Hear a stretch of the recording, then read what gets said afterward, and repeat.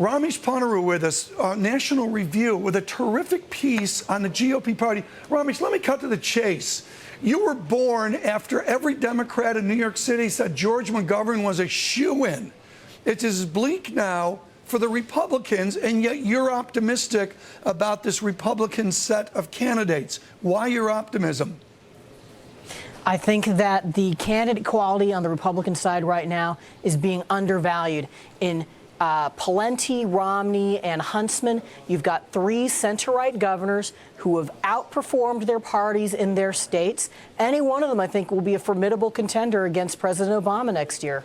Which unemployment rate do they need if the president obviously needs a lower unemployment rate? Well, I think it becomes tricky if it is 7.5 or below. But even with an unemployment rate around 8%, I think Republicans say this can't be the new normal. We're not going to settle for this. And that's still an issue that helps Republicans, I think. I mean, I love the sequel to your book, The Party of Death, the Republicans, the media, the courts, and a disregard for the president's incumbency. I want a royalty, Ramesh. So anyways, you're going to bring out a new book on the Party of Death, the Republicans. Can they beat this sitting incumbent? He looked good in Ireland, didn't he? He did, you know, but the economy is still a problem. His ratings on particular issues are still actually pretty low. The health care plan is still unpopular. Republicans have their own problems, don't get me wrong, but I think this is going to be a very competitive election. I do not think Obama is invulnerable by any means. Let's bring up the op-ed here, folks. You can see it at Bloomberg.com.